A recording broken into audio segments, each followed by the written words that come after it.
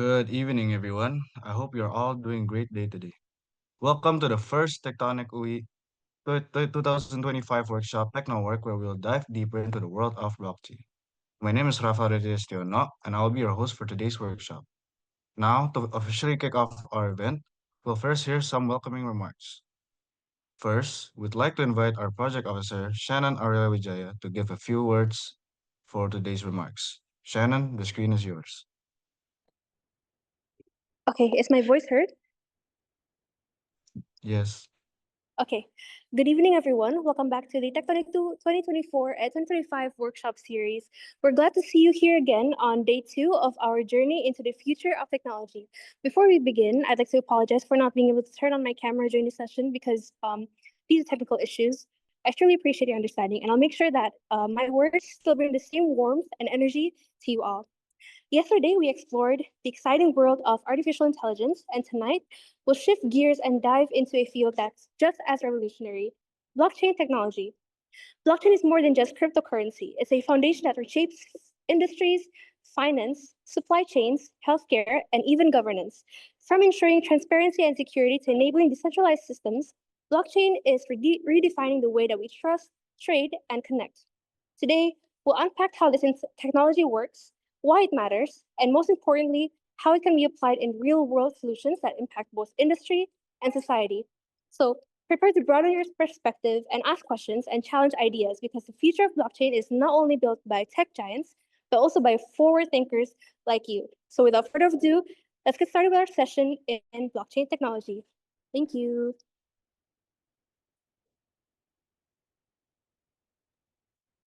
All right. Thank you, Shannon Aurelia Wijaya. Now, before we kick things off, we will like to introduce our speaker first, who will deliver the material for today's workshop. His name is Yuda Chandra Wiguna, an ambitious and passionate person in developing web applications. He has had experiences with large-scale businesses and motivated to constantly develop his skills and grow professionally. He is now currently a programmer at PT Bank Rakyat Indonesia or Bank BRI. So now, without further ado, we would like to invite Kak Yuda Chandra to deliver the material for today's workshop.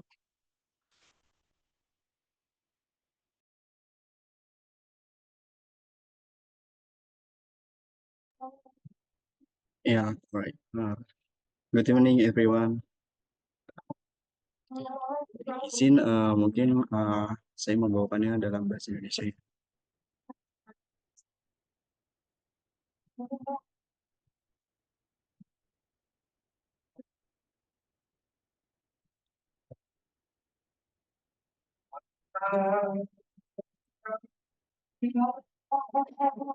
Ya, perkenalkan, nama saya Yuda Chandra Wiguna.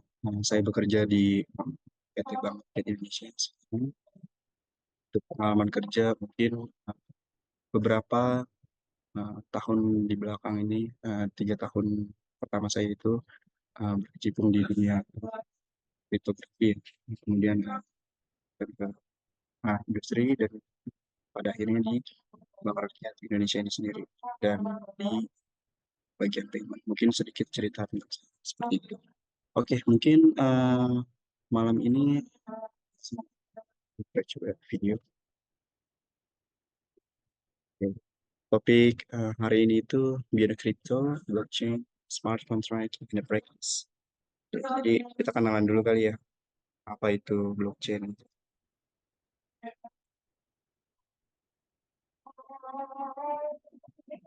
Iya, blockchain itu sendiri, sorry, slide-nya udah ganti belum ya?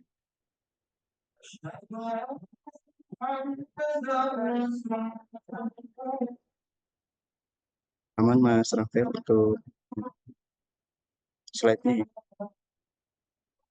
Oke. Jadi pertama-tama blockchain itu sebenarnya kita bahas outline-nya dulu ya. Untuk outline-nya itu sendiri kita akan coba bahas consensus mechanism, then virtual machine, smart contract, layering and scalability chain, and the last one is real world use case. Oke. Jadi apa sih konsensus mekanisme itu. Konsensus mekanisme itu sebenarnya mekanisme kesepakatan untuk blockchain itu berjalan seperti itu. Nah, jadi kita understanding algoritmanya dulu ya. Oke. Kalau teman-teman tahu di conventional databases itu kita menyimpan data mungkin di entah itu di drive atau di database gitu, RDBMS, database management system itu lebih ke uh, root ya, read, read, date, delete.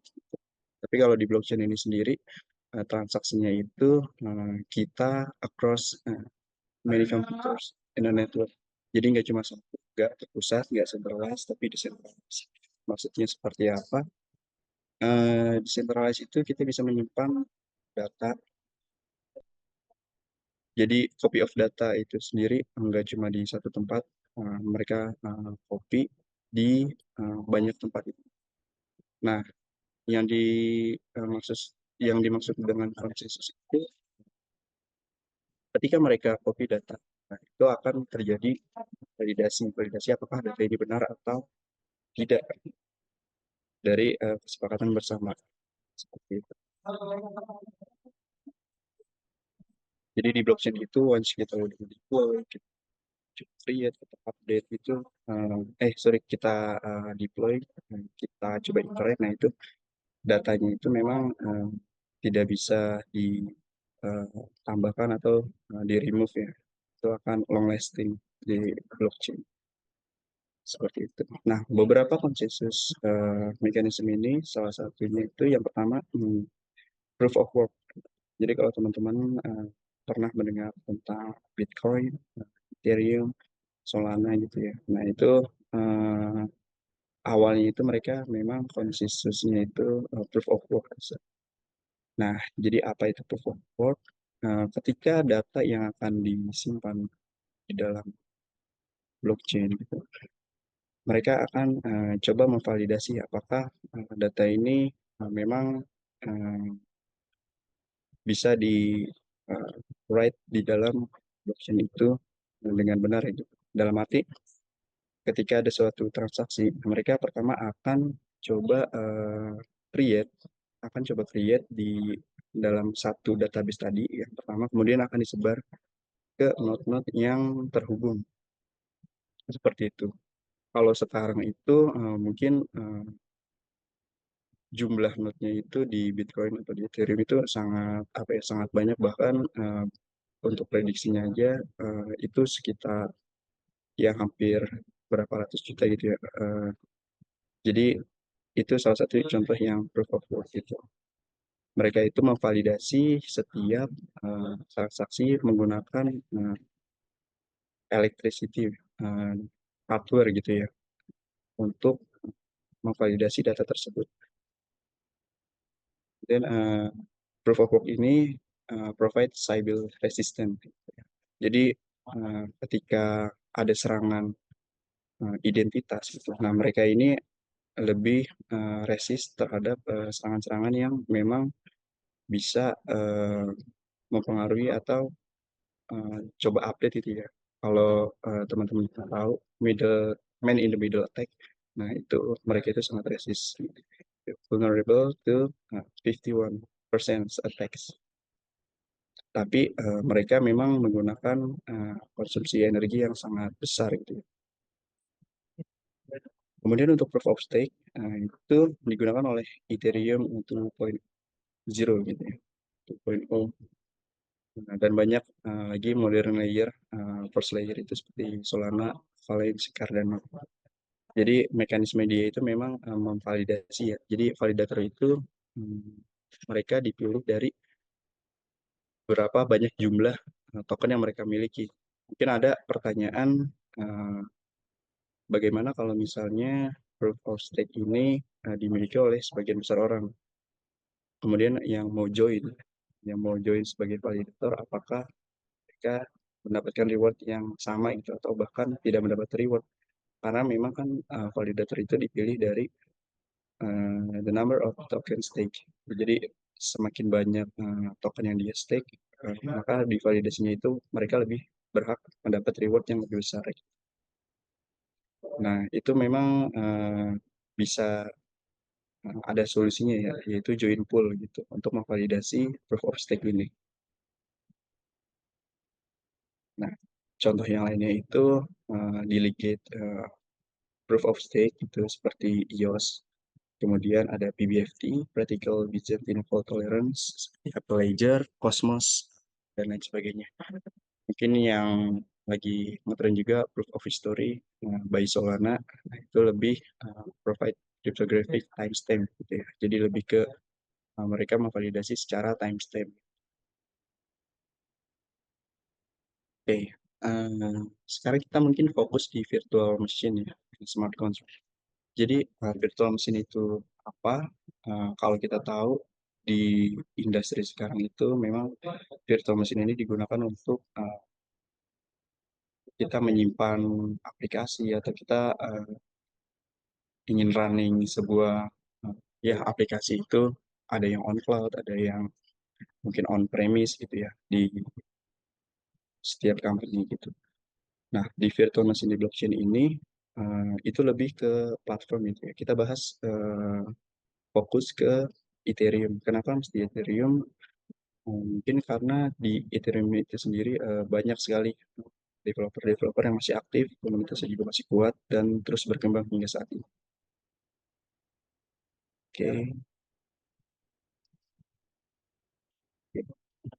Ethereum Virtual Machine ini jadi mungkin ini sedikit gambaran ya bagaimana untuk distributed ledger gitu mereka saling terhubung gitu ya. Jadi kalau kita mau join node ingin join node itu sendiri, nah kita bisa bergabung tanpa harus dari awal kita harus set up gitu ya. Jadi di tengah jalan pun kita bisa join. Oke, Ethereum Virtual Machine. Oke. Yang jadi concern utama di Ethereum itu adalah penggunaan gas ya. Gas fee ini itu ibaratnya sebagai ongkos atau sesuatu yang kita interact di smart contract. Kemudian kita coba berkomunikasi dengan EVM, nah itu menggunakan gas. Gitu. Dan itu satuannya nanti akan kita bahas itu. Tujuannya apa? Untuk prevent infinite loop. Kalau misalnya ada sebuah kegagalan di smart contract ataupun seperti brute force attack gitu ya, yang mengakibatkan DDoS attack itu atau sistemnya bisa down. Ya, kemudian ini WebAssembly. Oke, WebAssembly itu alternatif ya dari EVM. Itu digunakan oleh blockchain Polkadot, NIR, dan lain-lain gitu. Memang lebih cepat eksekusinya karena secara low level language itu menggunakan Rust, C++, dan berbeda sama EVM gitu ya, menggunakan Golang seperti itu.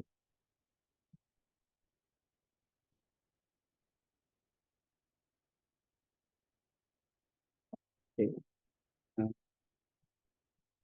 dan lebih suitable ya karena WebAssembly itu memang dia itu modular sifat. Next saja. Kemudian ada upgradable smart contract. Ini berkaitan juga dengan EVM ya. Nah, smart contract ini memang fondasi dari programmable blockchain gitu. Implement using the proxy pattern and storage separation.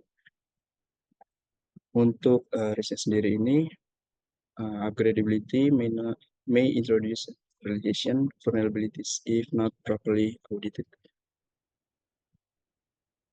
Dan di Ethereum itu sendiri ada layering and scalability. Jadi layering itu lebih ke bagaimana kita coba transaksinya itu tidak serta-merta membebani layer utama gitu. Jadi nanti bisa dibagi ke dalam layer 2 gitu.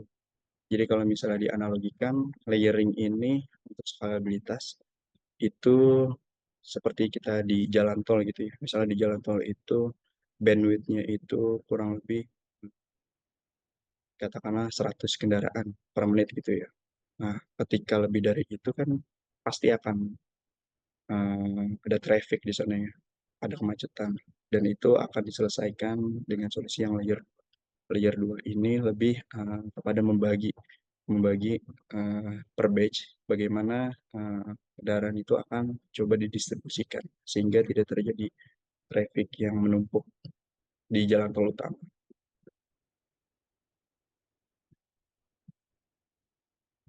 Oke, jadi untuk EVM itu sendiri memang sudah mature ya. Mereka juga menggunakan security framework seperti user authentication, kemudian smart contract audit. Itu di setiap smart contract itu bisa ditambahkan fungsi sebagai fungsi audit. Kemudian hold and cold wallet itu hubungannya dengan konektivitas ke internet gitu. Jadi ada juga yang kalau cold wallet itu lebih ke kita menyimpan, kalau teman-teman tahu, di sebuah flash disk itu ya, di hardware gitu, aset storage itu. Kemudian kalau yang di hot walletnya itu di on chain, biasanya itu kayak wallet MetaMask dan yang lain-lain gitu ya. Secara governance juga mereka beberapa uh, kali mengupdate desain ya di Ethereum Improvement Protocol gitu untuk coba menyesuaikan dengan governance gitu, to define how decisions are made in the network.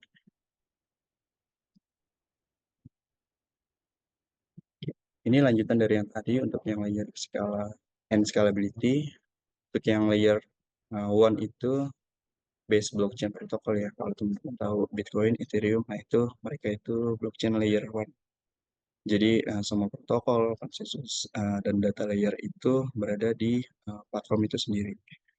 Kemudian kalau untuk yang layer 2, ini upper base blockchain protokolnya lebih ke pada bagaimana mereka itu mengimplementasikan uh, blockchain yang tadinya udah ada existing layer di layer berikutnya gitu untuk mendapat skalabilitas yang bisa dikontrol seperti itu.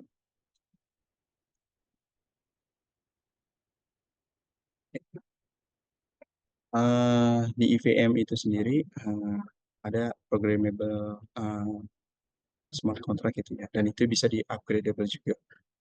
Jadi overview itu smart contract are self-executing contract with the term of the agreement directly written into the code. Apa sih key benefitnya itu? Jadi smart contract itu menawarkan efisiensi, security, transparency, in a very sector, including a finance, real estate, and maybe in a supply chain management. Nah, base-nya dari smart contract itu sendiri adalah pemrogramannya uh, di Solidity gitu. Jadi kalau teman-teman tahu, Solidity itu high level language ini 11-12 dengan Golang, Go language gitu. Jadi dia yang mengimplement smart contract di Ethereum blockchain. And it's essential for developing decentralized application. Okay, the next one is Ethereum Development Framework. Jadi macam-macam kalau kita ingin coba membuat blockchain itu terlihat lebih efisien, lebih bisa programmable gitu ya. Uh, nah, ini beberapa contoh frameworknya itu seperti Truffle, cocok untuk eksperimental, lebih ke local host ya. Kalau yang kita tahu sekarang memang banyak framework-framework yang kita tinggal ready to use aja gitu. Bahkan yang drag and drop untuk membuat blockchain itu sendiri lebih ringkas ya. Kemudian ada Hardhead.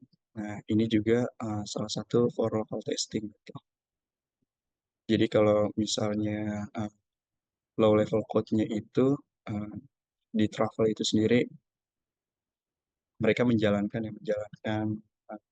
blockchain. Kalau teman-teman tahu Ganache, nah itu salah satu framework juga yang ngerunning blockchain gitu, yang hari itu.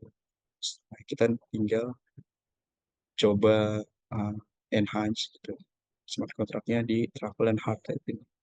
Kemudian untuk yang Alchemy ini lebih ke cloud infrastructure, lebih cocok untuk ke industri. Jadi kalau memang di sebuah perusahaan itu um,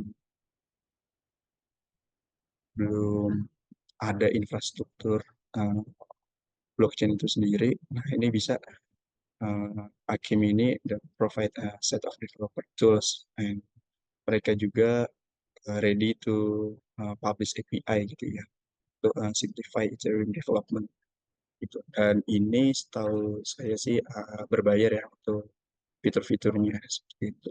Dan juga dilengkapi uh, Ethereum Node Infrastructure, WebSocket untuk real-time database gitu dan analytic monitoring gitu, dan lebih lengkap. Kalau untuk yang keduanya, travel and update itu lebih efisien untuk compilation testing. Memang tujuannya untuk eksperimental aja gitu. Jadi once kalau kita udah compile, terus udah coba-coba unit test di localhost, nah step pertamanya itu di travel sama hardhead. Kemudian untuk next stage-nya itu di production level, nah itu udah nggak menggunakan travel or hardhead. Di tambahan aja, Dark Brownie lebih ke integrate a decentralized storage point sih, like IPFS. Nah, kemudian untuk secara governance di Ethereum Development Framework itu uh, juga terkenal OpenZeppelin. Di OpenZeppelin itu dia sebenarnya smart contract yang sudah distandarisasi gitu ya. Jadi library-library-nya bisa digunakan dan memang most of smart contract yang di deploy production level itu base-nya OpenZeppelin. Jadi kalau teman-teman tahu tentang tokenisasi, tentang NFT yang viral itu, yang memang standarisasinya itu dari OpenZeppelin ini seperti ERC20, ERC 721. Nah, memang bukan full development framework, tapi OpenZeppelin ini sangat-sangat digunakan oleh banyak komunitas itu ya. Bahkan kalau kita sebagai developer pun sangat terbantu untuk coba nge-create smart contract itu dari standarisasi library-nya OpenZeppelin. Oke, kemudian untuk unitnya itu sendiri, jadi di Ethereum itu memang ada unit ya. Dalam arti kalau kita mengukur panjang itu kan pasti ada unitnya meter ya, matriksnya atau miles or something like that. Nah, kalau di Ethereum itu juga ada standarisasi unit seperti Wei, Gwei, Zabo, Vinay, dan Ether. Dan untuk perbandingannya itu sendiri memang sangat ini ya besar gitu. Jadi misal satu Ether itu bisa didefinisikan sebagai 10 pangkat 18 W. Nah,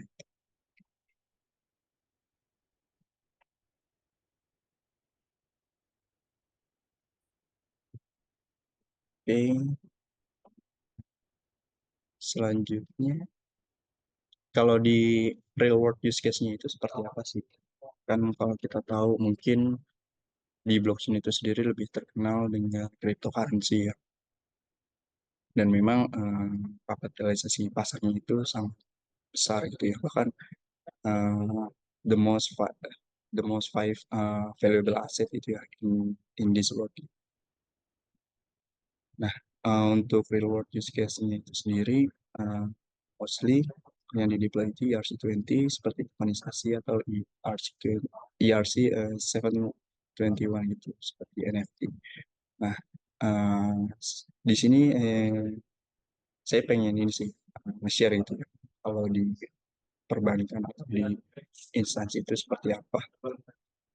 Kita itu EVM-nya based on physical backhouse ya. Nah, jadi physical backhouse itu sendiri apa lebih ke EVM yang dibungkus oleh platform lagi gitu. Dibungkus platform sehingga menjadi SDK baru gitu. Dan bisa di monitoringnya itu lewat Webase Management Platform. Nah, salah satu implementasinya itu mungkin nanti akan saya jelaskan tentang carbon exchange rakyat itu ya, implementation-nya seperti apa. Oke, mungkin kenalan sedikit untuk ERC20. Jadi definisinya itu stands for Ethereum Request for Comment 20, yang diadopsi sangat banyak ya sebagai standar for fungible token di Ethereum blockchain. Jadi memang uh, banyak sekali aset-aset yang ditokenisasi itu memang standarnya di ERC20. Purpose-nya to create a common standard for the creation and interaction of fungible token. Nah, use case-nya itu sendiri banyak seperti ICO, shell coin offering, crowdfunding, utility token, and a stable coin.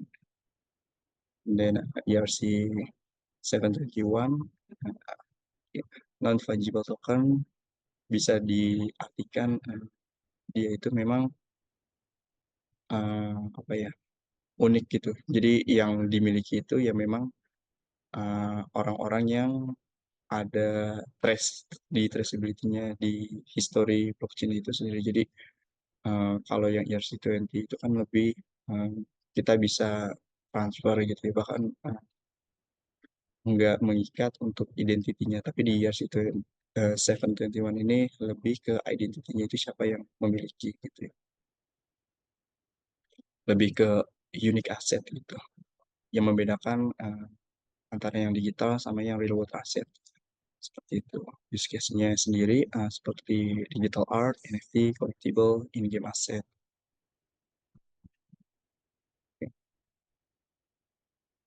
Eh, Mungkin ini seperti yang sudah dijelaskan tadi ya, bisa di skip aja. Nah, untuk yang Fisco Because itu sendiri, sebenarnya Because itu stands for Blockchain Open Consortium System. Nah, balik lagi ke yang consensus mechanism gitu ya. Jadi kalau teman-teman tahu ada yang POS, ada yang proof of work gitu. Nah, ini lebih ke proof of authority kalau teman-teman tahu Binance Coin kurang lebih seperti itu. Mereka itu developed by a financial blockchain chain consortium, which is kita call PISCO gitu, untuk menjawab pertanyaan bagaimana decentralized finance itu akan mereka coba kembangkan di China mainland gitu ya. Nah, konsorsium itu apa? Eh, Kalau secara definisi bahasa Indonesia, konsorsium lebih ke kita patungan gitu. Kita potluck lah gitu untuk node-node yang join gitu. Tapi untuk secara validator mirip seperti POS ya. Jadi memang sudah ditentukan gitu validatornya. Misalnya katakanlah di Indonesia itu regulatornya itu Bank Indonesia. Bank Indonesia ini bisa menunjuk siapa aja yang menjadi validator seperti bank peserta mungkin seperti itu ya. Jadi nanti akan dipilih gitu. Dan memang di Visco ini sama sih di EVM itu mereka open source, kemudian untuk performance and scalability itu mirip dengan Ethereum yang saat ini, terus support juga smart contract untuk programmable agreement-nya ya. Terus privacy and permissioning, feature to address privacy concern with support for permissioning. Dan interoperability-nya juga bisa antar blockchain gitu. Coba kita lihat. Oke, ini kurang lebih ke apa ya, teks-teksnya ya di Webis itu ada apa aja gitu. Mungkin sedikit aja eh, untuk di Webis itu sendiri. Ini yang komponen utamanya sih. Webase Node Manager, Webase Explorer, Webase Front, Webase Web. Jadi untuk yang Node Manager-nya itu sendiri, ketika join, nah itu ketika Genesis block. Jadi kalau Genesis block itu adalah blok pertama kali yang diciptakan di eh, blockchain gitu.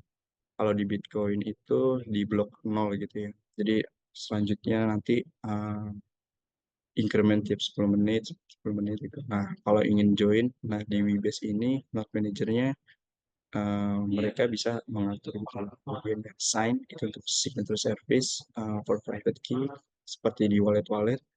Kemudian Webase Explorer sebagai blockchain explorer-nya, mereka bisa visualize blockchain data, blocks, transaction, smart contract, gitu. Bahkan bisa nge-provide insight blockchain itu sendiri seperti apa dan bisa memonitoring jika ada hal yang perlu diatur skalabilitas seperti itu. Kemudian yang Webase Front, ini front end komponen for decentralized application development. Jadi seperti user interface for interacting with smart contract, account management for users, transaction submission and monitoring, kemudian integration with Webase Sign for secure private key management. Jadi kelima komponen Webase ini akan saling kolaborasi gitu ya di satu platform agar di blockchain ini bisa running well gitu. Oke, nah ini mungkin ya real world use case-nya kalau teman-teman pernah dengar carbon trading. Carbon trading itu apa? Jadi carbon trading adalah kita ini sebagai langkah inovatif aja sih. Itu kita coba ngumpulin project developer. Yang dimaksud project developer ini adalah orang-orang atau instansi yang memiliki lahan untuk menyerap karbon gitu. Jadi menyerap karbon itu kalau kita tahu kan kita berangkat ke kampus, kita berangkat ke tempat kerja gitu, ke sekolah. Nah, mereka yang menggunakan transportasi umum atau yang pribadi pasti kan akan mengeluarkan jejak karbon gitu ya. Jejak karbon inilah yang menjadi threshold untuk kita itu offset gitu untuk melunasi apa kewajiban kita sebagai manusia yang kita itu perlu uh, menebus gitu ya. Nah, salah satunya membeli project ini. Gitu. Nah, setelah itu diverifikasi oleh uh, verifikator. Tuh, kalau di Indonesia kayaknya belum ada ya, tapi kalau di instansi luar itu seperti Vera, Gold Standard, nah itu yang mereka memverifikasi project karbon ini. Kemudian akan coba diisuin karbon sertifikat. Nah, disinilah peran blockchain yang real use case-nya itu kelihatan gitu ya. Jadi dari kredit-kredit yang misalnya contohnya itu di project developer di satu lahan, katakanlah 1 hektar gitu ya. Nah, mereka itu bisa menyerap satuannya itu ton TCO2 gitu ya, tonase ini. Jadi banyak juga yang klasifikasi tonase karbon ini berbeda-beda gitu. Kita ambil salah satu contohnya seperti project ini ya, project di pesisir pantai itu apa ya, pohon bakau, salah ya. Nah, itu tonasenya itu salah satu yang paling tinggi bisa menyerap karbon gitu. Nah, dari tonase yang mereka yang bisa diserap oleh tanaman tersebut, nah itu akan dicoba di isu gitu, di minting tokennya gitu, di tokenisasi TCO2-nya kemudian untuk dijual ke company yang membutuhkan offsetting karbon seperti itu. Nah, kurang lebih flow-nya seperti itu. Dan kemudian di fase 2-nya ini secondary market ya. Yang pertama itu di primary marketnya itu sekitar seputaran antara B2B aja sih gitu, antara project developer sama company yang offsetting gitu. Kemudian selanjutnya memang ada rencana untuk retail gitu ya, B2B2C untuk diperjualbelikan juga dan karena memang secara regulasi itu di Indonesia itu nggak ada ya kita untuk menerapkan offsetting karbon, makanya ini lebih ke apa ya, sukarela aja sih, seperti itu. Oke, kalau untuk tokenisasinya itu sendiri kurang lebih seperti ini ya. Projectnya itu dijadikan token dan nama tokennya uh, macam-macam lah. Kemudian akan uh, dicoba di bridging ya untuk yang di secondary market. Cuman memang fokus di primary market ini mentokenisasi proyek-proyek Arbon itu kita simpan aja. Kemudian selanjutnya itu ada di BI ini sedang ada sandboxing ya, sandboxing rupiah digital. Nah itu sekedar informasi aja karena ini memang kemarin saya itu diundang BRI itu diundang untuk coba platformnya mereka gitu ya. Jadi intinya sih dalam sandboxing ini rupiah yang kita tahu sekarang seperti di wallet itu akan dicoba di create rupiah digitalnya di cash ledger gitu. Nah, mereka itu menggunakan Hyperledger Besu. Ini based on EVM juga, Hyperledger Besu bisa create smart contract, makanya sangat align ya dengan kenapa kita bahasnya itu EVM dari tadi. Karena memang use case-nya itu banyak yang menggunakan seperti itu.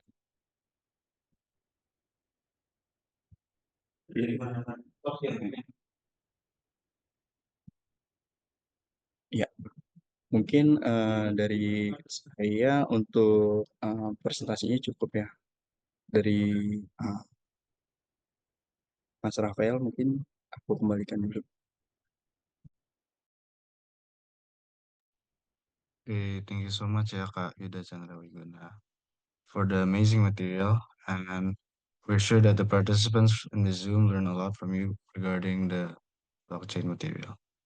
All right, so next up, we'll be opening a Q&A session for anyone who would like to ask. So just please click the raise hand button or type in your question in the meeting chat. And you can also type in your question in the Slido that we have provided. And while asking, we advise to turn on your camera if you want to ask while unmuting. Thank you. And the Slido will be on the meeting chat as well.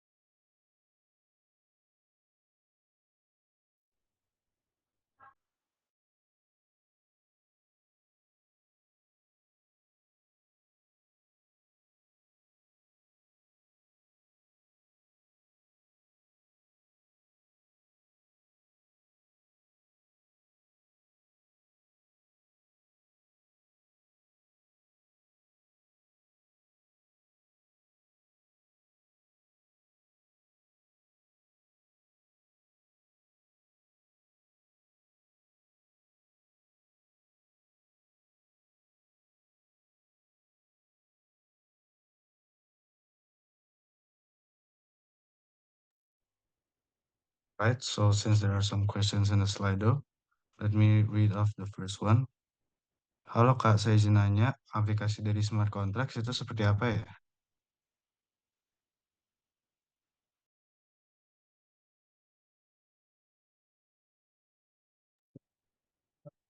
Oke, thank you Kak Rafael. Mungkin langsung jawab atau bagaimana? Boleh Kak? Oke. Ya, aplikasi dari smart contract itu seperti apa? Mungkin pertanyaannya ini ya kalau saya tidak salah tangkap pengaplikasian ya untuk smart contract. Nah, jadi eh, kalau untuk di smart contract itu sendiri, memang pengaplikasiannya kita itu untuk programmable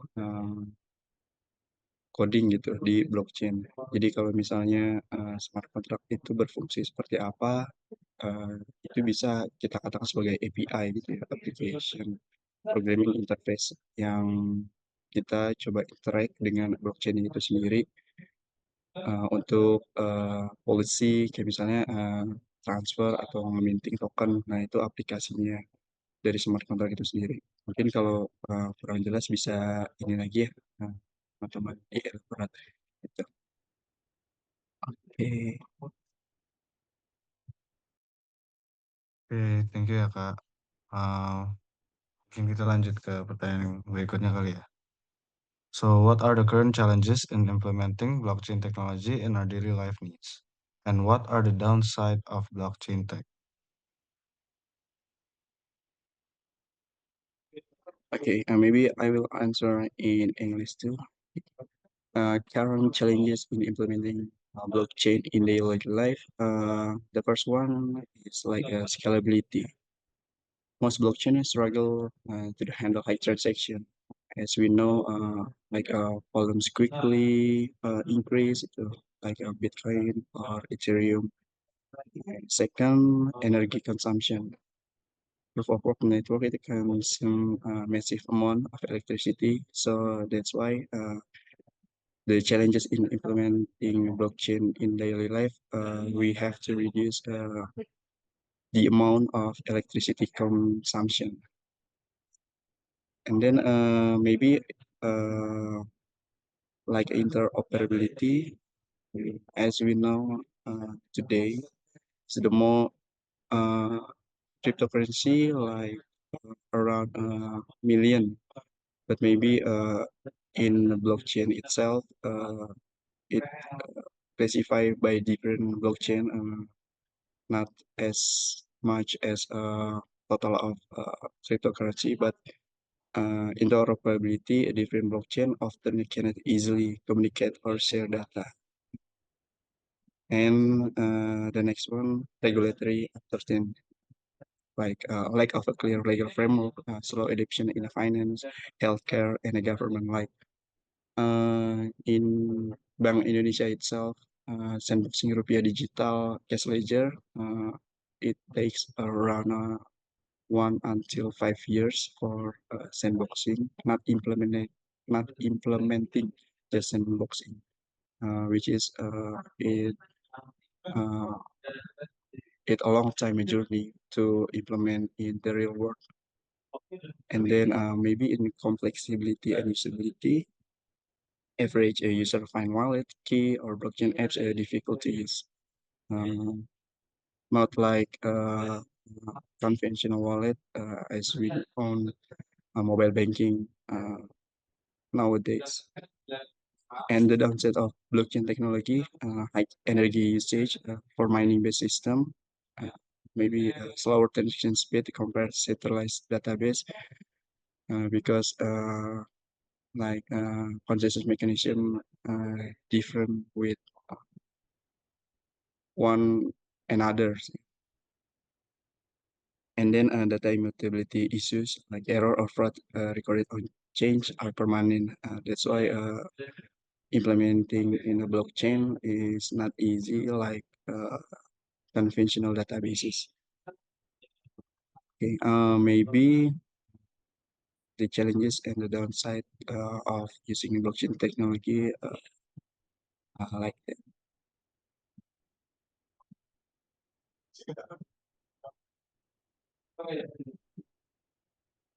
Right. Thank you, Kayuda. Maybe we'll move to the next question. So if we use blockchain system to help in the distribution of export sector, will it be hard, especially passing through government regulation and etc.? You can answer whenever you're ready. Okay, the blockchain system help the distribution and export sector. We we will talk about a supply chain maybe.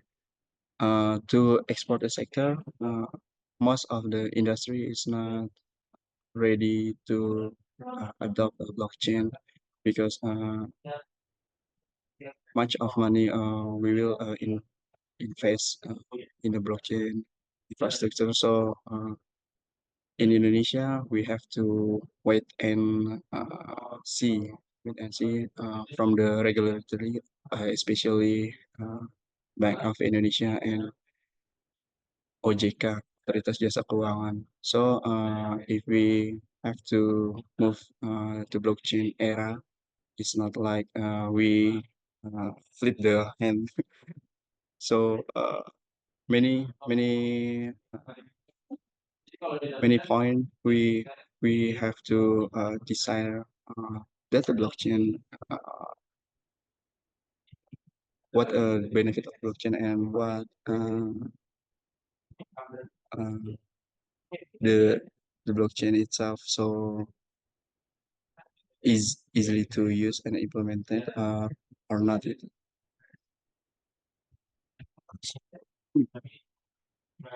And blockchain absolutely will help the traceability from the export like a supply chain uh, like where the material come from and from hulu to hilir gitu. We know that the material will deliver to the customer originate uh, from where and it will answer uh, transparency like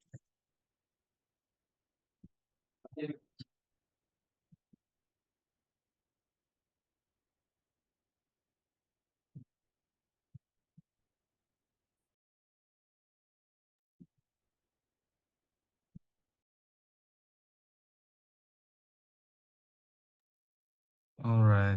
Thank you, Kayuda. So maybe we'll move on to the next question. Eh, Inovasi apa di CXR yang bisa tingkatkan keterlibatan pengguna, transparansi, serta peran blockchain demi adil efisiensinya perdagangan kredit karbon rakyat? iya aku coba jawab untuk di inovasi CXR itu sendiri keterlibatan pengguna dan transparansi ya. Nah, seperti yang tadi dijelaskan, mungkin di fase 2 itu lebih ke bisnis to customer ya, lebih ke retail gitu. Jadi ketika project karbonnya itu sudah dikurasi kepada company yang membeli karbon itu, katakanlah company tersebut sudah offset gitu ya, dan ternyata memang kelebihan itu. Nah, itu dari kewajiban mereka itu mereka lebih membeli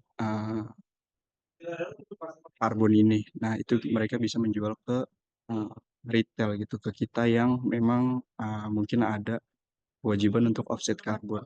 Jadi konsep di sini itu lebih ke bisa dijual kembali dan inovasinya itu bisa kita katakan sebagai secondary market.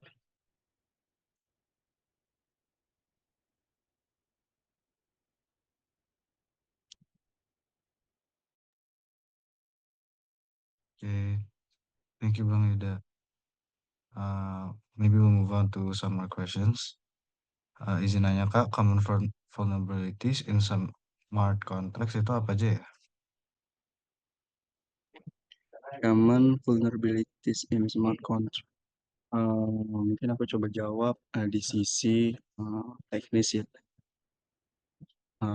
Common vulnerabilities itu mungkin ketika kita coba deploy smart contracts itu sendiri, mereka itu kalau kita ingin interact itu di blockchain itu sendiri, memang kan harus verify smart contract ya. Nanti kita coba lihat. Nah itu uh, ke-expose sih, ke-expose codingan kita itu di public blockchain itu seperti apa.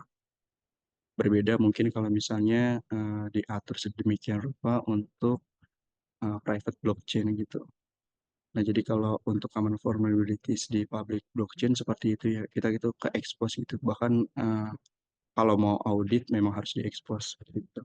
Tapi di balik itu semua, selain standarisasi yang tadi, kalau kita sudah implement harusnya sih itu tidak begitu menjadi concern ya untuk mungkin security attacks atau yang lain.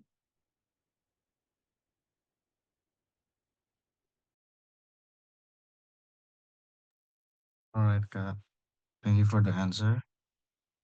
So we might move on to the next question. What are the common pitfalls in blockchain-based tracing projects, and how can we prevent them?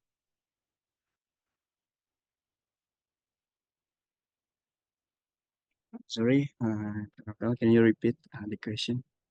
All right, so the question is, what are the common pitfalls in blockchain-based tracing projects, and how can we prevent them? Okay, to prevent the pitfall,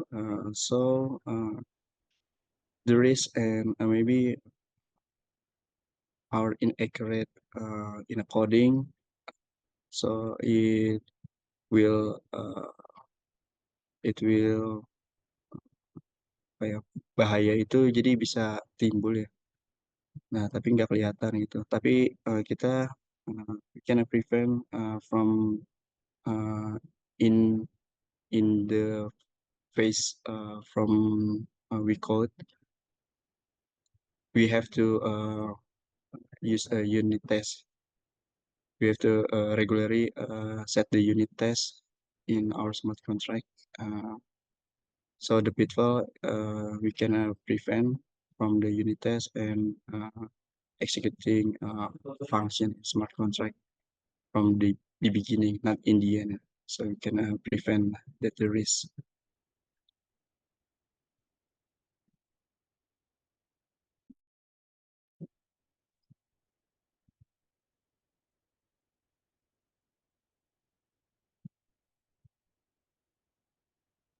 Okay, back to Rafael.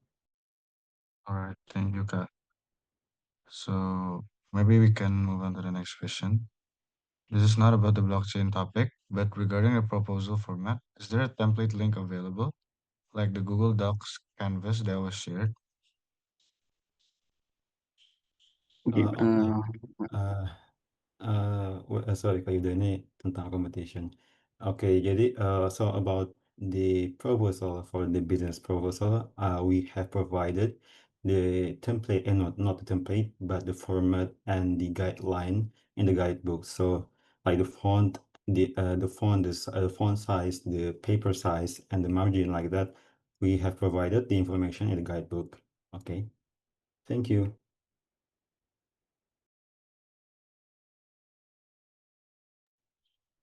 All right, thank you, Rodana. Maybe we move on to the next question again. So do you think blockchain should be commonplace? If so, how far do you think we are from achieving such a future?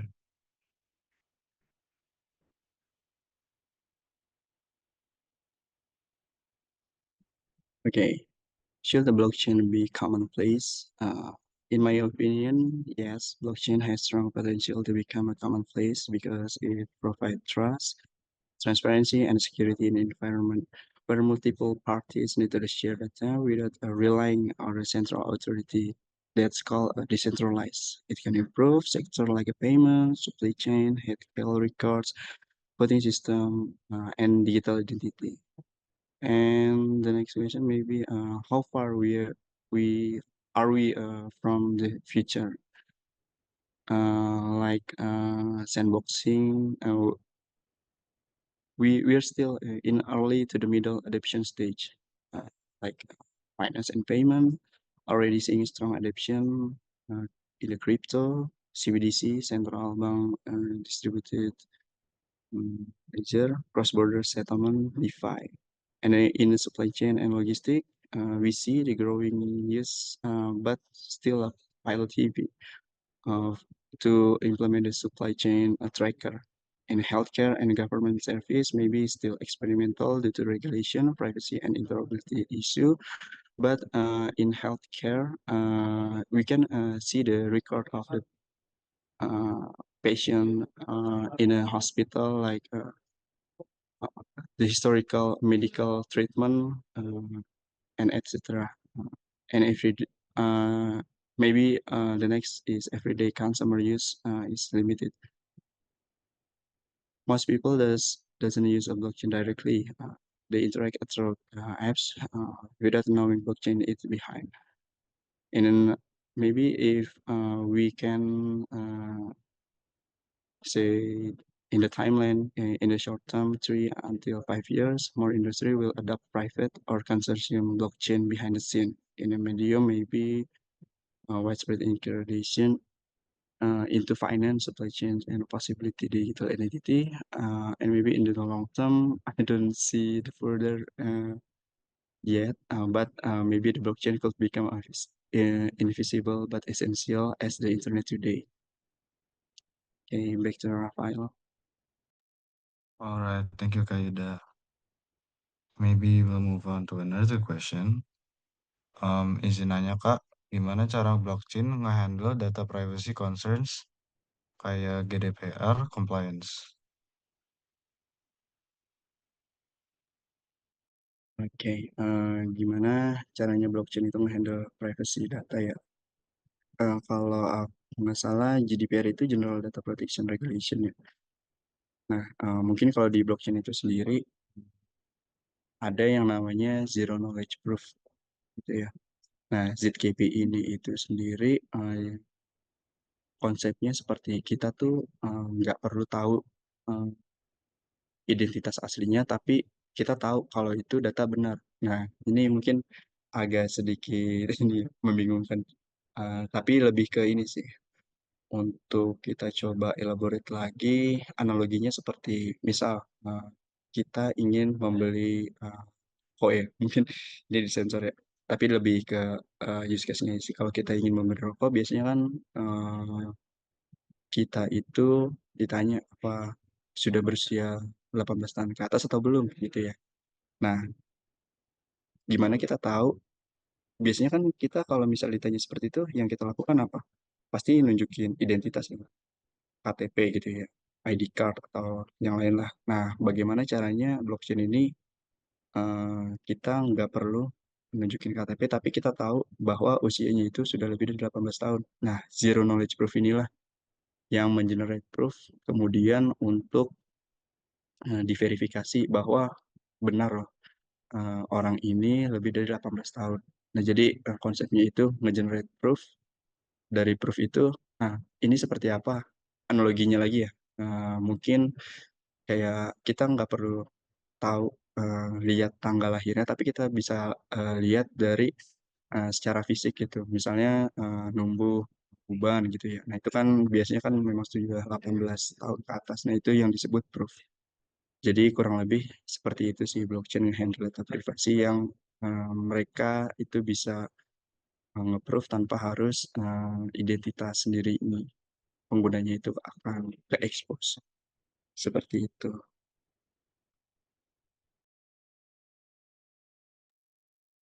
All right, thank you, Kayuda. I believe that was the last question. So thank you everyone for your questions, and also thank you so much, Kayuda Chandra, for the answers as well. All right, so now we're moving on. We will continue to the application case or the hands-on session of the workshop. For this session, we would like to give back the screen to Kak Yuda Chandra for the hands-on session for the workshop, and the stage is yours. Okay, thank you. Maybe I need a little bit time to set up.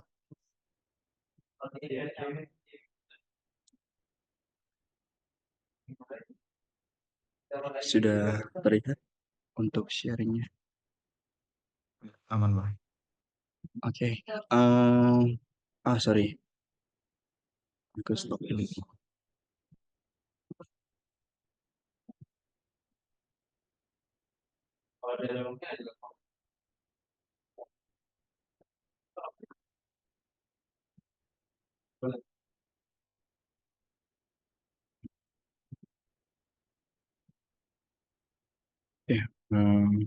Mungkin lanjut sedikit dulu ya sebelum hands on.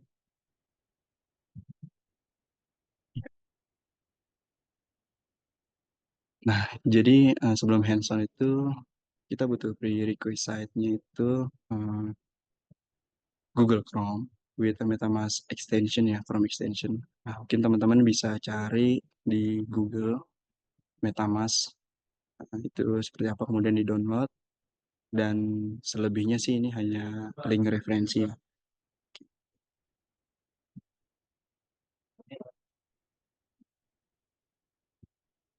Oke.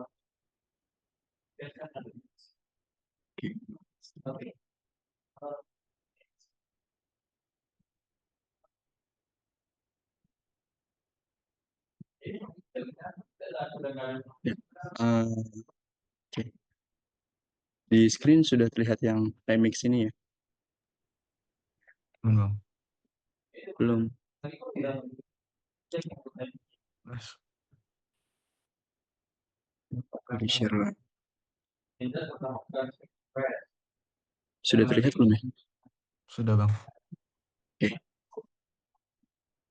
Jadi step awalnya itu kita coba install MetaMask. Ini extension sih. Nanti kalau misalnya sudah diinstal, bentuknya seperti ini, dan nanti diikuti aja langkah-langkahnya untuk membuat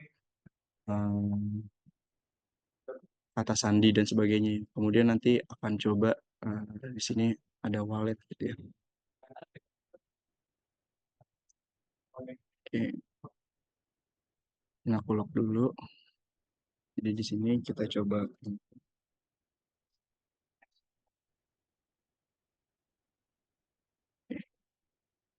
Nah, selanjutnya kita itu mau coba deploy ya, sedikit deploy untuk tokenisasi yang tadi kita sudah bahas. Oke, jadi untuk lebih singkatnya kita coba buka Open Zeppelin Wizard. Nah, ini tuh mereka memang sudah mendesain smart kontraknya berdasarkan dengan standarisasinya gitu ya. Jadi di sini bisa pilih macam-macam nih. Kalau mau bikin stablecoin, reward reset, fund, and many more. Nah, kita coba salah satunya di sini ERC20. Gimana caranya kita bikin token dan kita coba deploy di production gitu ya. Oke, yang pertama mungkin fiturnya kita mau apa aja gitu. Karena di sini kita itu bisa nge-minting ya, mintable. Artinya kita bisa mencetak gitu dari smart contract yang sudah di-deploy gitu.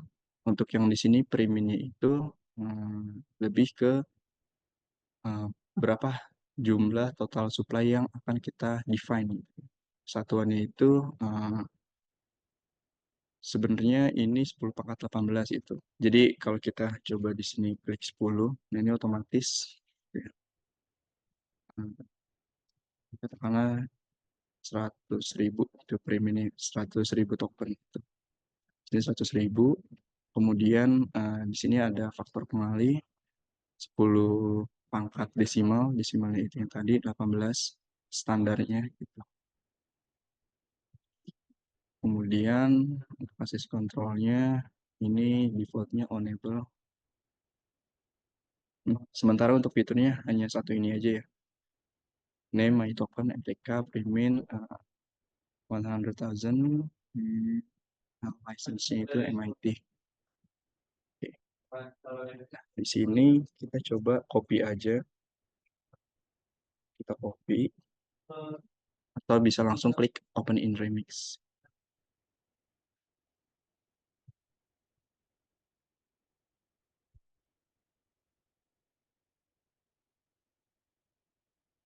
Oke, di bagian Solidity Compiler, di sini ada file explorer. Biasanya kalau di Visual Studio Code itu kan ada ya di sini hierarki foldernya gitu. Cuman ini memang karena tadi kita buka dari sini, dari Wizard Open, OpenZeppelin langsung ke file explorer, cuman nggak ada apa-apa gitu.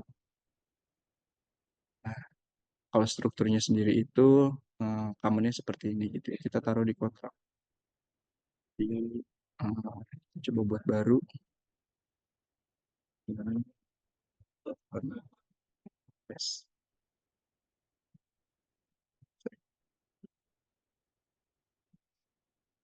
By paste.solve.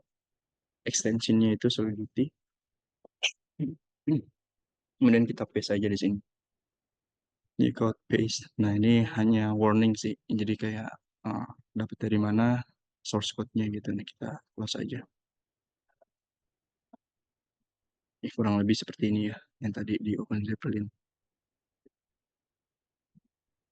Oke. Nah, di sini constructor-nya itu ada dua parameter, address recipient dan address initial owner. Oke, fungsinya juga tadi fiturnya hanya minting, tuh, parameternya min kemana dan jumlahnya berapa, seperti itu. Kemudian kita coba lihat di sini Pragma Solidity yang digunakan itu 827 ya versinya. Kita coba compile sini, compile. Nah, sebenarnya di sini sukses-sukses aja gitu, tapi kalau kita menggunakan Pragma Solidity yang lebih spesifik itu 827, kita juga pilihnya di 827 aja. Kita compile lagi. Oke, sukses di compile. Kemudian di sini untuk deploy and run transaction. Oke, sampai sini mungkin ada kendala dulu nggak ya dari teman-teman?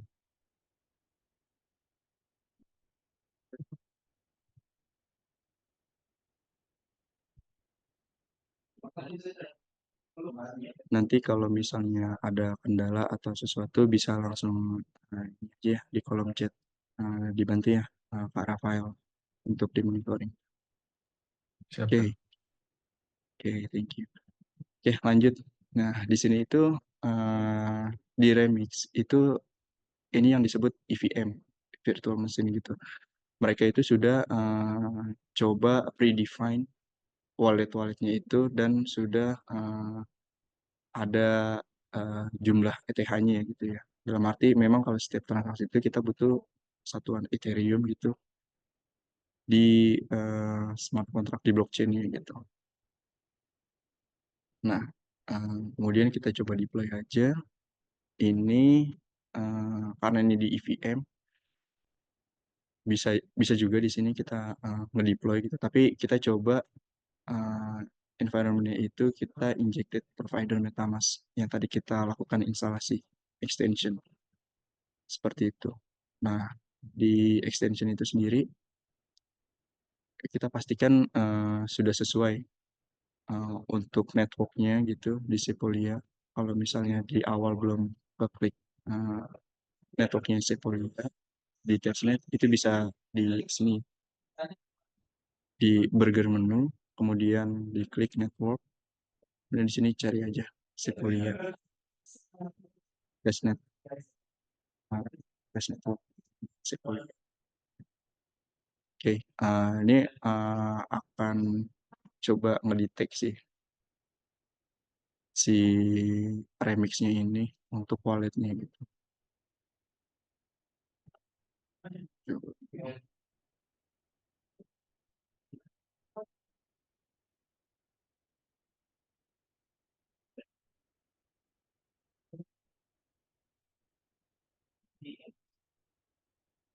Oh, yang connect yang ini.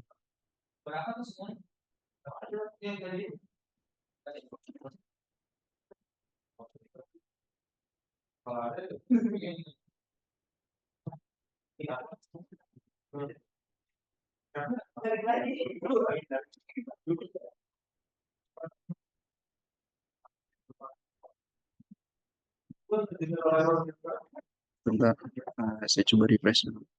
Karena untuk wallet address-nya berbeda.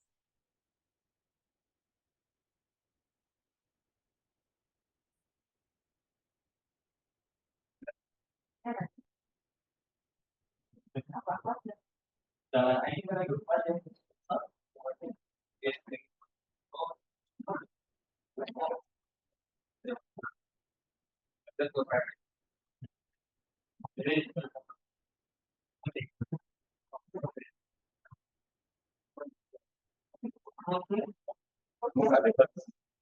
apa-apa, kita pakai akun yang tadi tag aja ya.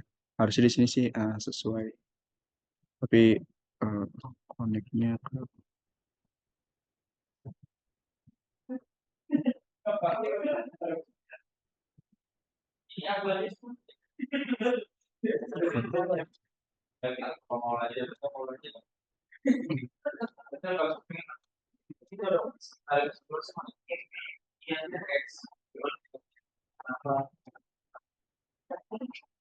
ini kita coba connect. Nah, di sini udah sesuai untuk akunnya 639 diakhiri dengan C36. Oke, setelah itu kita coba tadi my token, karena konstruktor di kontraknya namanya my token, meskipun namanya di sini my token test. Jika di compile dan akan di deploy, kita coba lihat di sini my tokennya ini. Nah, sebelum kita deploy itu kita butuh yang tadi ya namanya gas fee gitu, sesuatu yang berhubungan dengan network itu butuh Ethereum gitu. Jadi kalau misalnya teman-teman belum ada faucetnya gitu, nah kita request aja di sini Cloud Google. Kita coba request, masukin alamatnya dari yang ini, di copy aja bagian ini.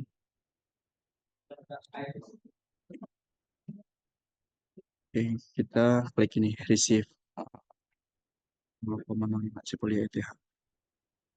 Nah, tadi saya sih sudah coba request faucetnya, jadi kayaknya nggak bisa lagi. Nanti harusnya teman-teman bisa itu satu hari satu kali atau berapa ya. Nah, itu nanti akan masuk ETH-nya di network Sepolia gitu.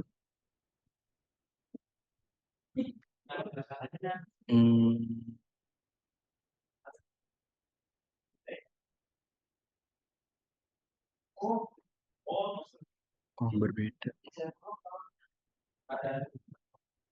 Nah, harusnya masuk ya. Tapi karena tadi satu akun sudah digunakan, jadi izin pakai yang akun ini aja ya.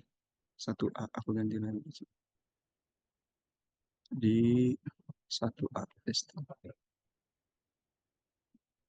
Yang ini aja. Oke, kemudian diisi dua parameternya, recipient sama initial owner.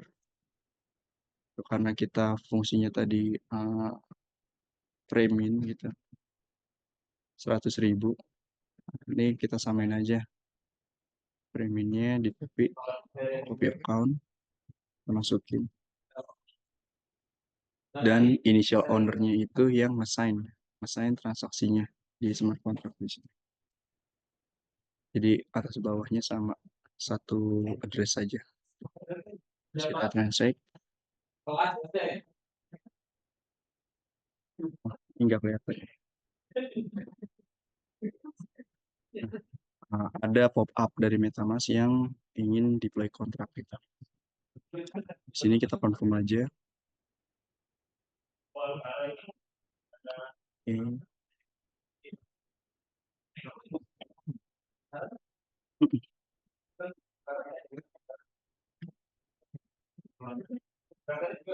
Di sela waktu ini sebenarnya mereka mencoba nge-write di blockchain-nya gitu ya. Kemudian nanti divalidasi pakai konsensus yang proof of work di Sepolia gitu. Nah, di sini udah jadi my token-nya. Ada dua perbedaan. Yang pertama itu yang orange dan yang blue ya di sini. Itu secara function untuk yang orange itu kita bisa sebut nih API lah ya. Ini itu untuk yang kalau di REST itu post, kalau yang ini yang get gitu. Misalnya di sini kita get, kita call gitu ya.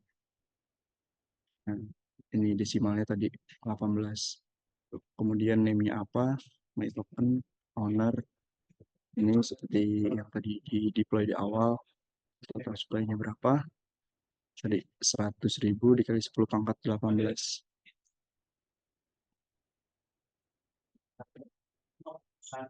Oke, nah di sini kita sebelum ke production, biasanya itu eksperimennya itu di sini. Kita coba unit test, kita coba uji functionnya satu-satu gitu. Mungkin nanti teman-teman bisa di sini ada apa namanya untuk unit testnya ya, nanti dieksplor aja. Lebih ke ininya sih, kita coba fungsionalitasnya seperti minting gitu. Karena kita di sini punya address-nya ini, kita coba bisa minting ke sini nih, 63. Atau kita samakan aja dulu kali ya. Gitu. Kita coba minting lagi ke alamat yang sama dengan yang premin, which is itu ownernya sendiri. Untuk amount-nya ini biar kelihatan 20.000 token aja. Kita transact. Ini ada approval lagi. Request. Confirm.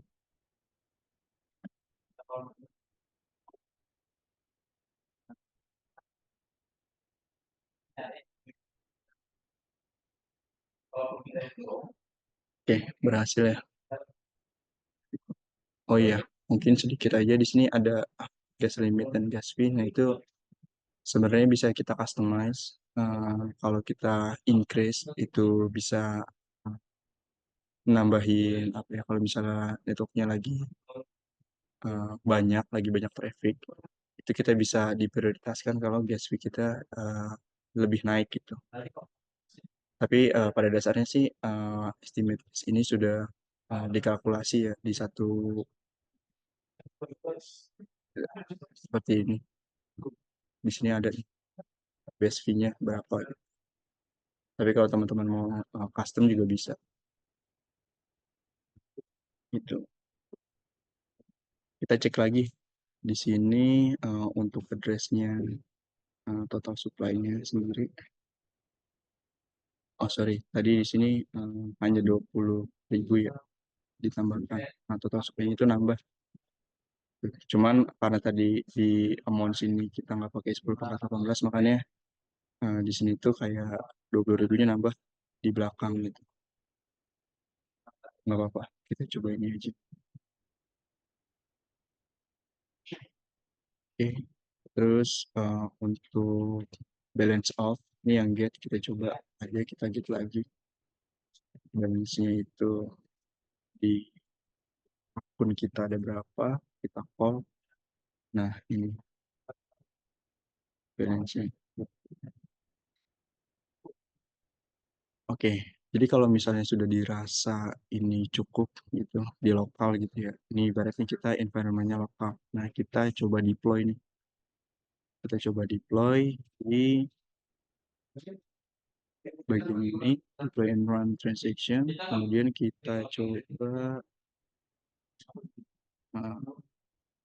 deploy-nya.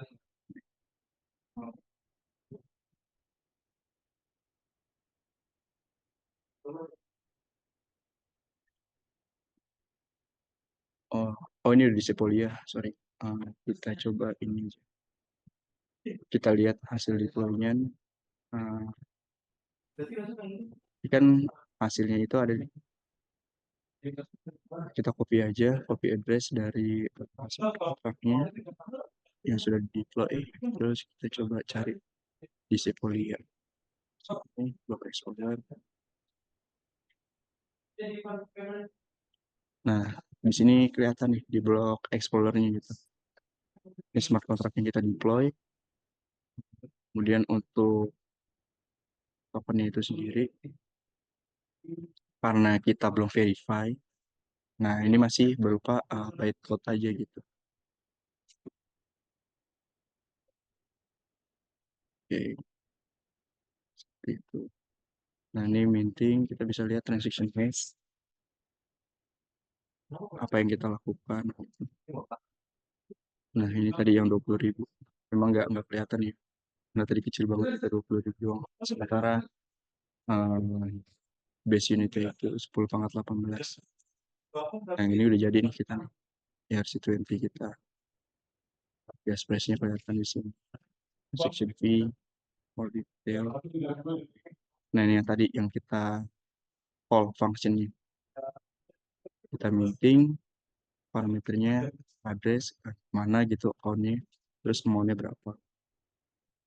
Gitu.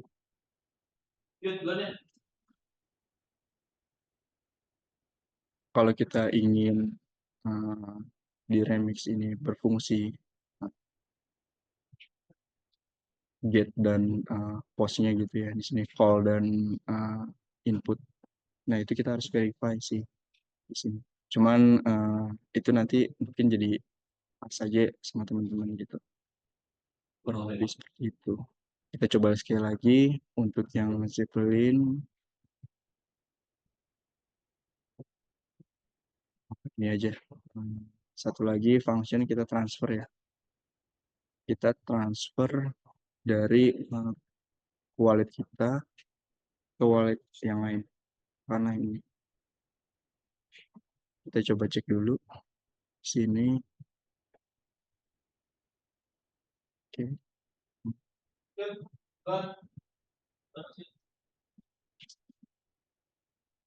Nah, ini function. Kita coba transfer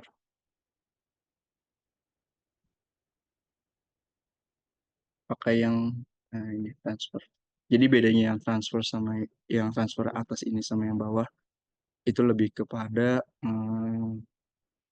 policy yang ada di wallet ini gitu. Karena dia sebagai creator, sebagai owner, nah dia bisa nih nge-call pakai yang transfer from. Tapi kalau misalnya kita gunakan wallet lain itu katakanlah ini. Nah, ini kita nggak bisa pakai function yang transform from ini gitu. Contohnya kita transfer dari ke wallet kita gitu. Yang kedua value-nya kecil aja 10.000. Oh, ini karena nggak ada ininya ya. Nggak ada ETH Sepolia-nya di 639. Kita transfer pakai yang ini aja yang ada faucetnya tadi. Kita transfer 10.000, sorry, ini 10.000 addressnya ke wallet kedua kita. Nah, kalau untuk menerima mereka memang nggak perlu ETH gitu ya, karena mereka hanya receive gitu. Sini kita transfer ke address, nah ini make sure lagi address kedua. Jadi kita transact.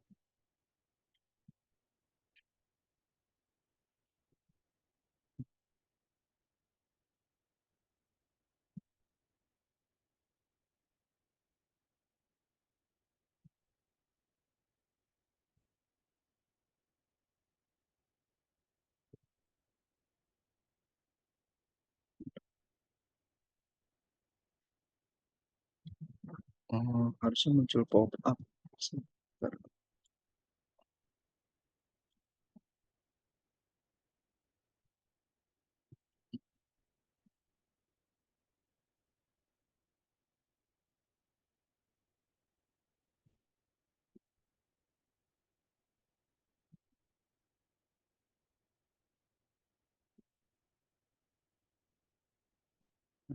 Nah, Kita cobain lagi. Kayaknya ada error di remixnya. Nah, kalau kita reload ini, EVM-nya bakal ke restart lagi sih. Tapi nggak apa-apa. Harusnya ini cepat. Ini bikin kontrak lagi tadi. Kita bedakan aja. Kita compile 87. Setelah berhasil, ini kita konekin ke MetaMask. Oke, terus kita deploy ini token tadi.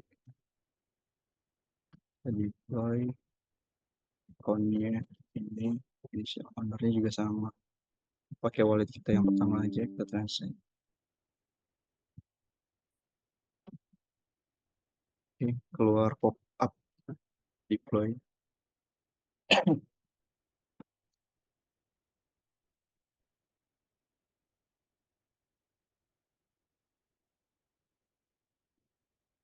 Oke, berhasil. Ini kita lanjut ke yang transfer tadi ya. Kita coba lihat total supply-nya tadi 10.000 kali 10 pangkat 18. Nah, kita transfer ke wallet kedua. Ini copy parameternya, kita isi ini wallet tujuan, wallet kedua, kemudian value-nya itu 50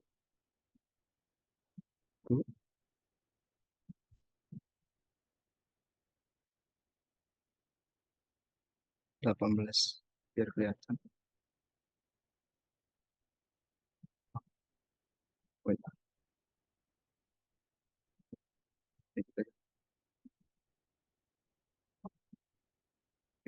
karena yang punya token itu di 1A9 ini ya. Kita transact.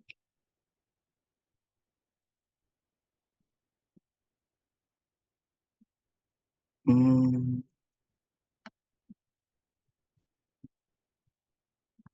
nggak merespon.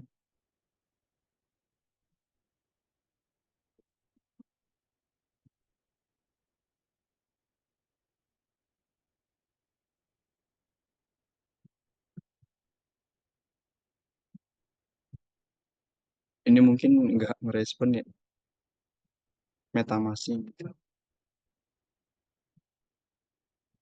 Sebentar aku coba pakai yang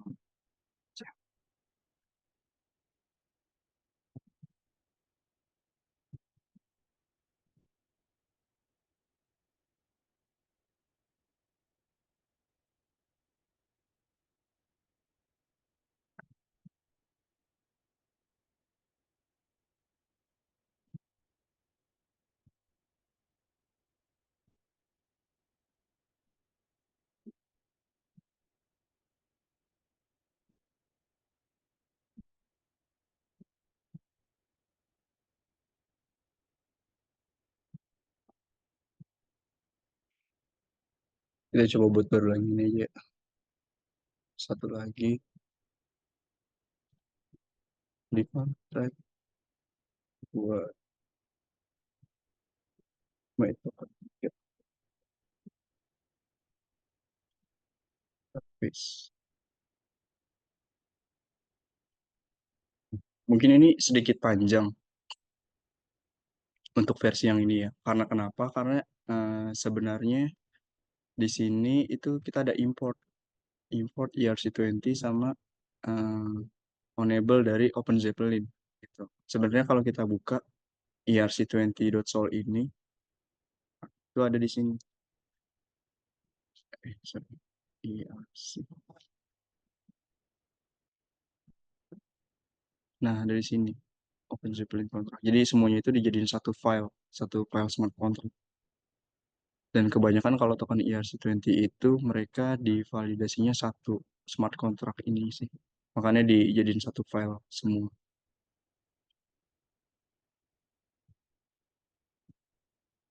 Bahkan kalau di sini kan lebih simpel ya, hanya 19 line tuh. Karena di importnya itu sendiri mereka ngebaca ini. Tapi kalau untuk di sini di Etherscan itu sendiri karena uh, nggak bisa baca secara langsung gitu Open Zeppelin-nya.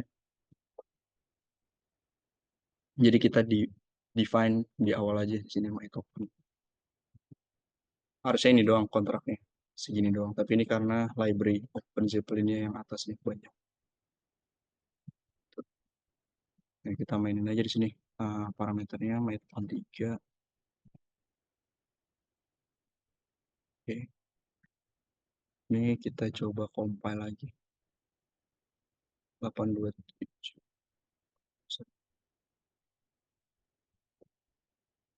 Sebaik.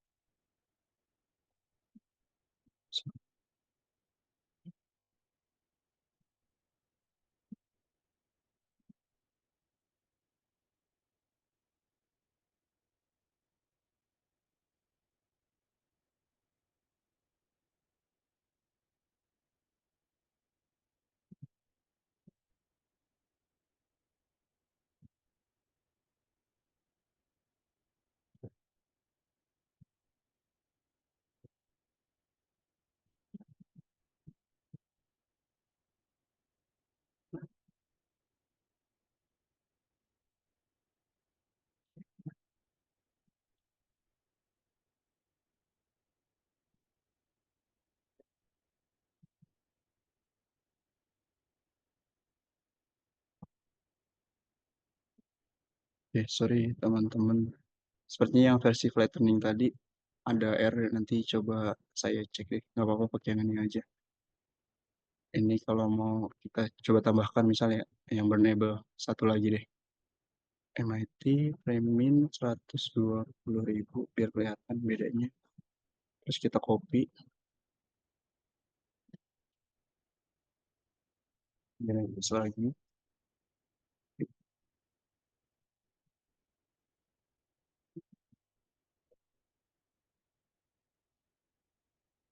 Oke, ini nggak apa-apa. Pakai nama my token test. Kemudian kita compile.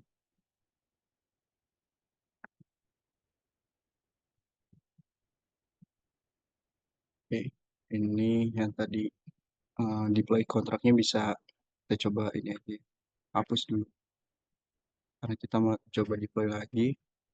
Nah, ini hasilnya tadi, my token. Sorry, ini nah, biar kelihatan beda. Kita compile. Nah di sini kontraknya ketika di compile itu ada my token 3. Nah, ini kita deploy lagi. Karena tadi premin, kita harus coba definisikan disiplin address-nya ya di sini premin. Nah ini akan ditransfer kemana gitu. Nah resipinnya ini uh, kita sendiri, kemudian initial owner-nya kita juga. Data insight.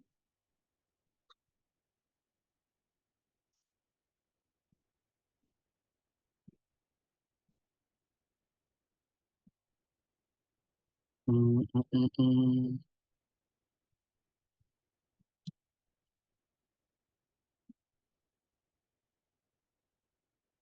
Ini ini ada error lagi nih teman-teman nih. Tadi kan kita bisa deploy ya. Oh sorry sorry sorry. Ini burnable.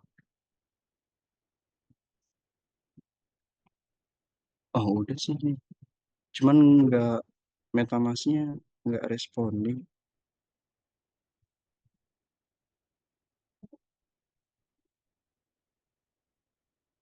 Harusnya sih ada pop-up di sini.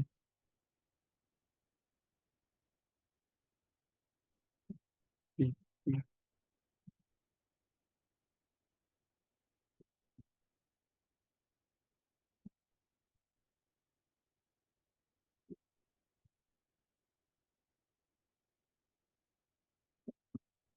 Oke. Coba lagi. Hmm, wait. Coba refresh lagi.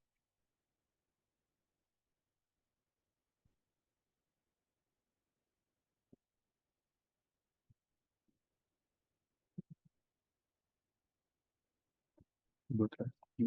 My token. Ya, baru aja. Kita compile 827 sesuai, terus kita deploy lagi, connect MetaMask 1A. Kita isikan lagi parameternya, recipient sama initial owner. Oke, ini muncul lagi nih. Kadang suka nggak respon gitu MetaMask nih, kapan lagi.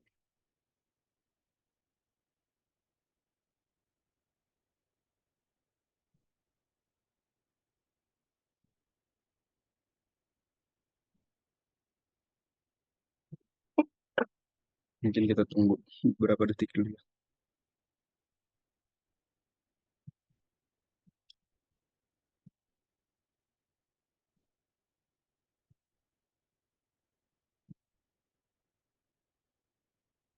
Oke, ini sudah berhasil tokennya. Total supply tadi 120.000 kali 10 pangkat 18. Ini. Nah, kita coba di sini function selanjutnya yang burn gitu. Ini juga sama, yang burn sama burn from itu bedanya adalah ini burn secara langsung di account yang ini yang kita interact gitu. Sedangkan kalau yang burn from itu hanya dibuka untuk ownernya gitu. Karena tadi sebelumnya kita di sini enable. Nah, enable itu yang deploy smart contract yang berhak untuk nge-call input ini. Kita coba di sini burn value-nya 10.000. Karena kita di sini nggak ada parameter yang lain, maka akan di burn ke account yang 1A ini. Kita coba burn.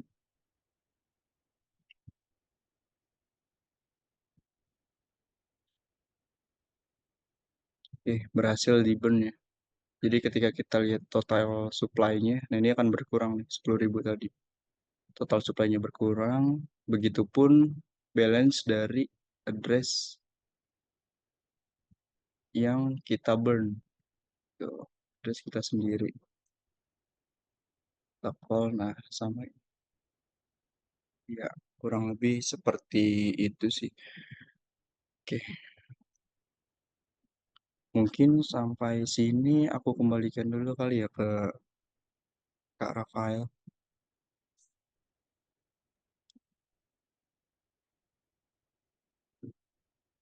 Oke Bang, thank you ya Kak Yuda Chandra Wiguna for the hands-on session.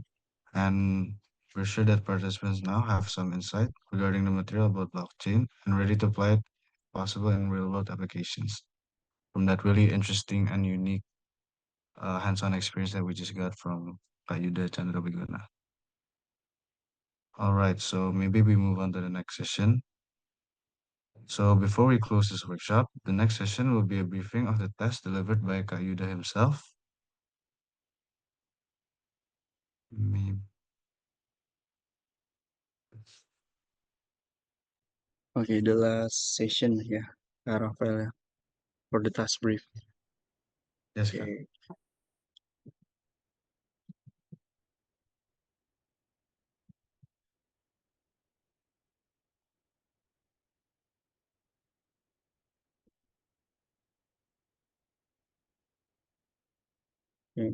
Gue coba izin share lagi. Nah, jadi kurang lebih dari yang kita coba pelajari hari ini, itu kita coba membuat smart contract ya. Kemudian kita tokenisasi, itu yang my token tadi bebas sih sebenarnya, namanya apa saja gitu. Aset yang kita ingin tokenize gitu. Dan toolsnya itu kita menggunakan Remix, MetaMask, dan Sepolia, Ethereum, Sepolia Network. Oke, untuk tasnya itu sendiri kurang lebih sama dengan walkthrough yang tadi dijelaskan ya. We have to create a smart contract from Open Zeppelin Wizard for the first one. And the task itself, we have to deploy smart contract with token name consists of your nickname underscore IEEE underscore SBUE and token symbol IEEE SBUE underscore 99 gitu ya. Oke, the preparation for the first we need to install MetaMask for sure and switch to Cephalion testnet like we do like we did in previous session. So if you have the wallet, don't forget to add Cephalion network, select the network in the custom network, and choose the Cephalion network. Okay, and then you have to get ETH from a Cephalion hostset. Right click on this link and we are redirect to Google Cloud Web3. Nah, select the network, Ethereum Sepolia, and enter your wallet address. Ethereum name service here, your address in your MetaMask, which is located here. Yeah, you need to copy your address and enter the wallet address here. Okay. The next step, we have to open Remix IDE and then create a new file, your nickname and underscore token, copy and paste code from Open Zeppelin Wizard. Okay, the function is you can check possible, call me, permit, and others feature. But in this feature, you have to check, double check, enable and burnable. And the rest is up to you if you want to include in your contract. And access control enable what is optional if you want to explore more. Cross bridging optional too. And then license MIT.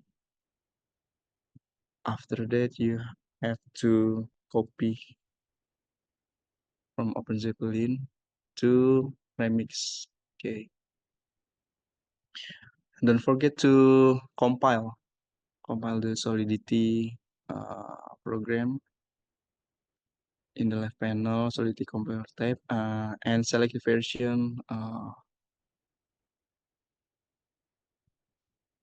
Select a version of the compiler here,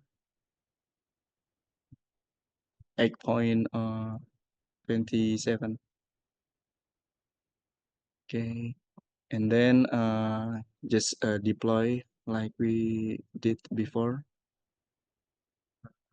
to make sure your contract and recipient constructor parameter, your MetaMask address, and initial owner, your MetaMask address too.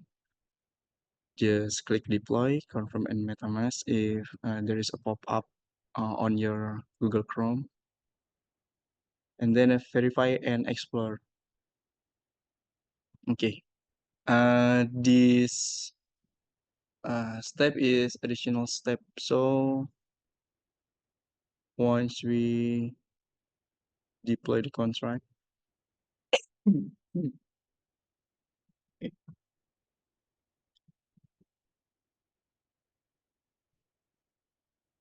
need to verify and publish in here. Verify and publish. Okay.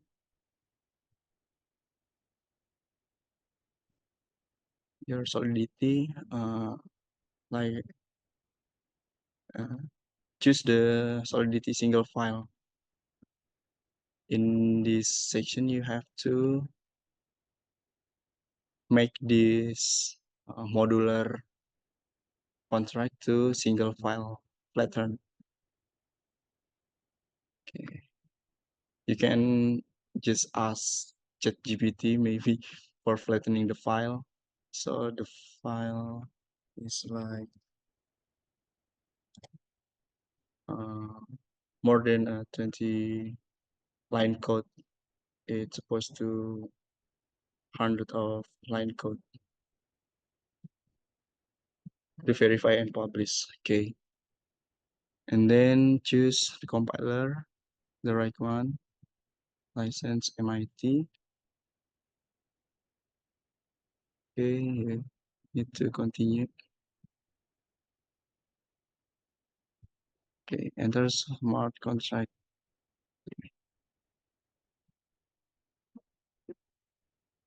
Okay, we use ChatGPT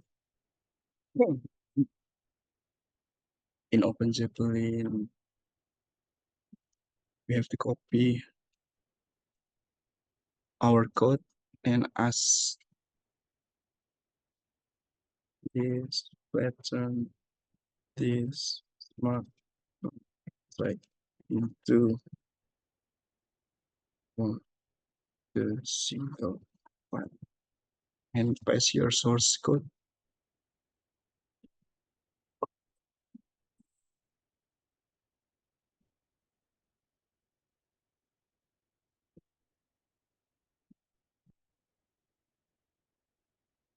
Okay, with GPT do their job.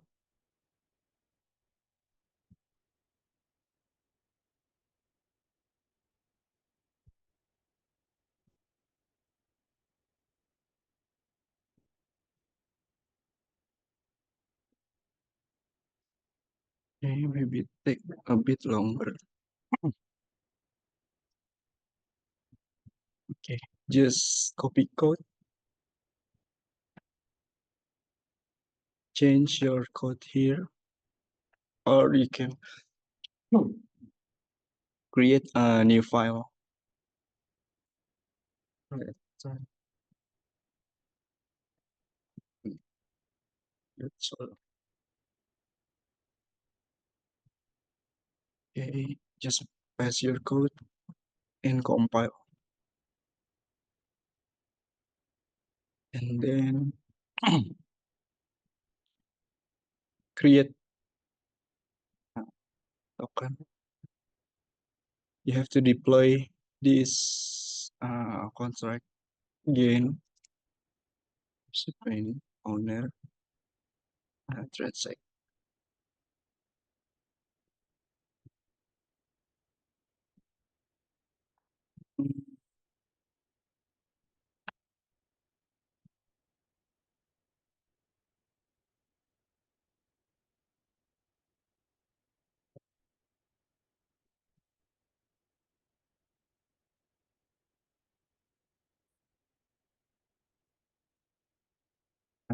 This MetaMask has a bug again.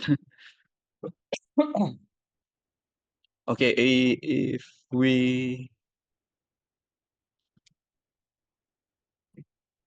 I think it's not working. Okay, just use this version, not flattening version. Back to the task. So you have to edit your contract name, token name, and symbol. Then after you deploy, you have to transfer token from your MetaMask address into IEEE SBE hands-on wallet address. Okay, here, simple like that. Uh, just additional step here, only 2 point. Maybe back to Rafael,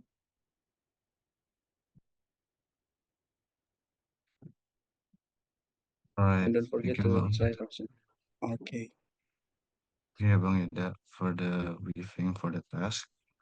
Yeah, don't forget to try the task as well, which is delivered by Kayuda. So yeah, I guess it is time for us to officially close our workshop, Techno Work. So first, I would like to thank the speaker, Kayuda Chandrawiguna, for all the materials and the hands-on experience as well regarding blockchain. It was Definitely a unique and one of a kind experience. And don't forget to try the task that was given. And so thank you, Kat, for providing your time to become a speaker for Okay, our workshop. you're welcome. And we would Okay, like to thank you. thank you, Kat.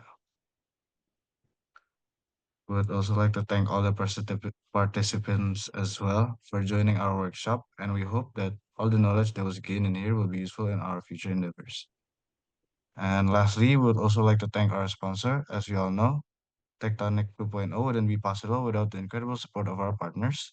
One of our main sponsors this year is Slash AI, and now it's time for us to show our appreciation and commitment by actively using their platform. So to use Slash AI, all you need to do is access and use Slash AI itself through our special Tectonic link that will be sent later in the meeting chat. And number two is document your usage and share it on your Instagram for using the official Tectonic Web one and at yours and send us a screenshot of your story as proof so we can keep track of everyone's participation. We hope that you will take part in supporting our sponsor and thank you to everyone who has joined our workshop. Goodbye and good luck for the future.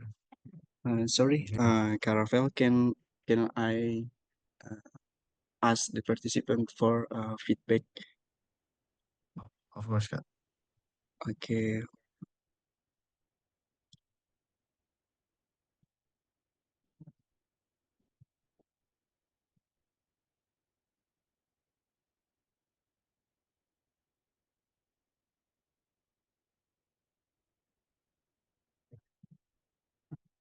okay. Thank you, everyone, for all participants to joining blockchain technology. We need feedback if you have to question or something feedback in this session. It will big appreciate from me. Maybe I ask you about 2 until 3 minutes for yeah do a key feedback.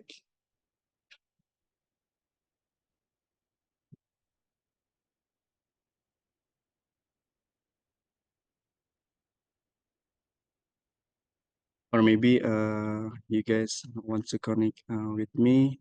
There is link in URL below. You can scan and let's connect. Okay. Thank you, Rafael and all the participants.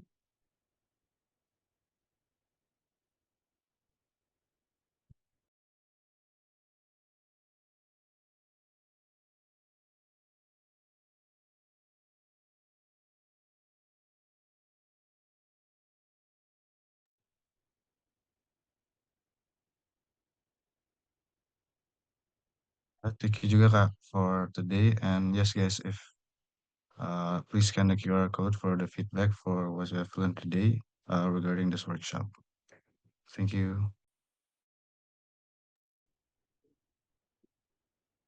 Thank you so much Kak Yuda udah mau ngisi workshop ini Kak. Thank you banget ya Kak.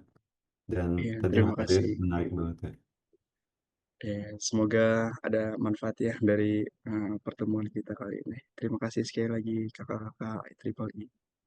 Baik Kak, terima kasih juga Kak. Ya, Bang.